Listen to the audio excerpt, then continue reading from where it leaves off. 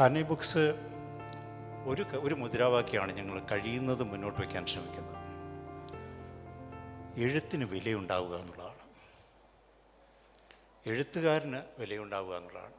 നമ്മൾ ഇത്രയും കാലം കടന്നു വന്നിട്ടും എഴുത്തിനും എഴുത്തുകാരനും വില എത്ര എന്ന ഒരു വലിയ ചോദ്യം ബാക്കിയുണ്ട് എന്നാണ് വ്യക്തിപരമായി എൻ്റെ തോന്നൽ. അപ്പോൾ ഇതൊരു ഓഥർ ഫോക്കസ്ഡ് പബ്ലിഷിംഗ് ഹൗസ് ആവണം എന്ന് ഞങ്ങൾ വിചാരിക്കുന്നു.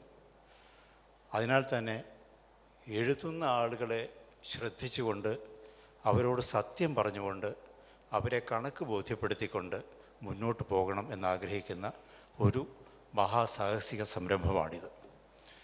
അതിന് ഞങ്ങൾ തോൽക്കുമെന്നറിയില്ല. പോകുന്നിടത്തോളം പോവും, ചിലപ്പോൾ നിന്നും പോവും. അതാണ് ഇതിൻ്റെ ഒരു അടിസ്ഥാനം. ഇതിലെല്ലാം അപ്പുറത്ത് പറയേണ്ടത് ഞങ്ങൾക്ക് കിട്ടിയ ഉദാരമായ ഒരു സ്നേഹത്തെക്കുറിച്ചാണ്. അത് സച്ചിമാഷ സ്നേഹമാണ്. സച്ചിമാഷ ഒരു FB പോസ്റ്റ് ഇട്ടു. ആ FB പോസ്റ്റ് ഇട്ടതിനെക്കുറിച്ച് എനിക്ക് ചൂണ്ടിക്കാട്ടി തന്നത് എൻ്റെ പ്രിയപ്പെട്ട അനുജൻ സഞ്ജയ് മോഹനും സലിലുമാണ്. മാഷിൻ്റെ ഒരു പോസ്റ്റ് കിടക്കുന്നു.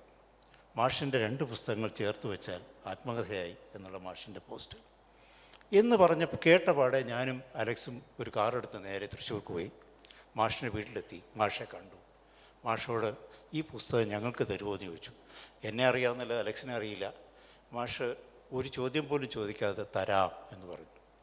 അവിടെ നിന്നാണ് കാർണി ബുക്സിൻ്റെ തുടക്കം.